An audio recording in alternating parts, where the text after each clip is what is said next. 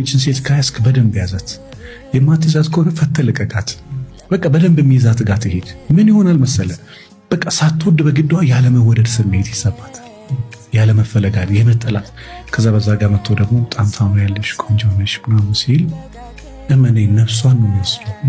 ነፍሷን ከዛ መከረ ዘከረ ጸበል አስጠጥምቀ አትመልሳትም። የታመመው ስሜቷ ነው።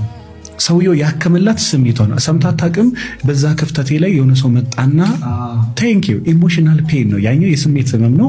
ሰንበዲ መጥቶ ስሜቷ ጋር ጥልቃል። ለምሳሌ አንተ 24 ሰዓት ጥሩ ነገር ስታረግል አንድ ቀን ቴንክ ዩ ለማታቆም እንደዚህ አክብረሽኝ ራሱ ቁጭ ብለሽኝ ስላወራሽ በጣም ነው የማመሰግነው። በዛ ላይ ደግሞ በጣም ታምሪያለሽ። እኔ እገረማለሁ እዚህ ሀገር በጣም ስነ ስርዓት ያሉ ሴቶች አሉ ሲል ደንገጥ ትላለች። እንደዚህ አፕሪሺየት የሚያደርግ ሰው አለ። 10 ዓመት እኮ አንተ ዋጋ ከፍለ ሊሆን ይችላል። 10 ዓመት ተመሳሳይ አይነት ስብከት አውረተ ሊሆን ይችላል። በቃ በዜሮ ትባዛለህ። ለምን ሴት ልጅ ባይኔቸር አፕሪሺየት የሚያደርጋትን፣ የሚያደንቃትን፣ የሚስማትን፣ የሚያቅፋትን፣ አይዞሽ የሚላትን ከጎኗ የሚቆምን ወንድ ትወዳለች።